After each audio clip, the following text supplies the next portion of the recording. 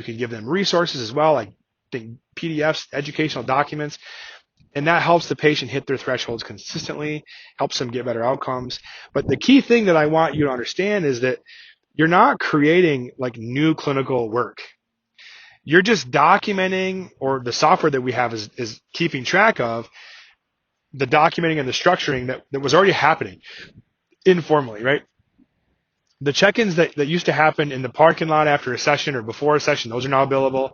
When you run into a patient at the grocery store and you're talking about their home exercises on the weekend, that's reimbursable.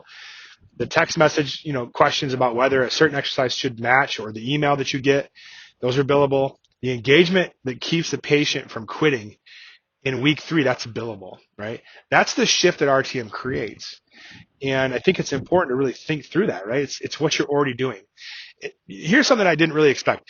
When we added RTM, my PT started to feel differently about the between visit support, right? Before RTM, the texts and the calls and the after hours felt like an unofficial tax on their time, kind of like documentation does, right? You're always doing that in non-billable time. But they cared about their patients, so they responded, but it wasn't sustainable, and it was kind of burning them out. And there was no structure around it, so it was just happening kind of whenever.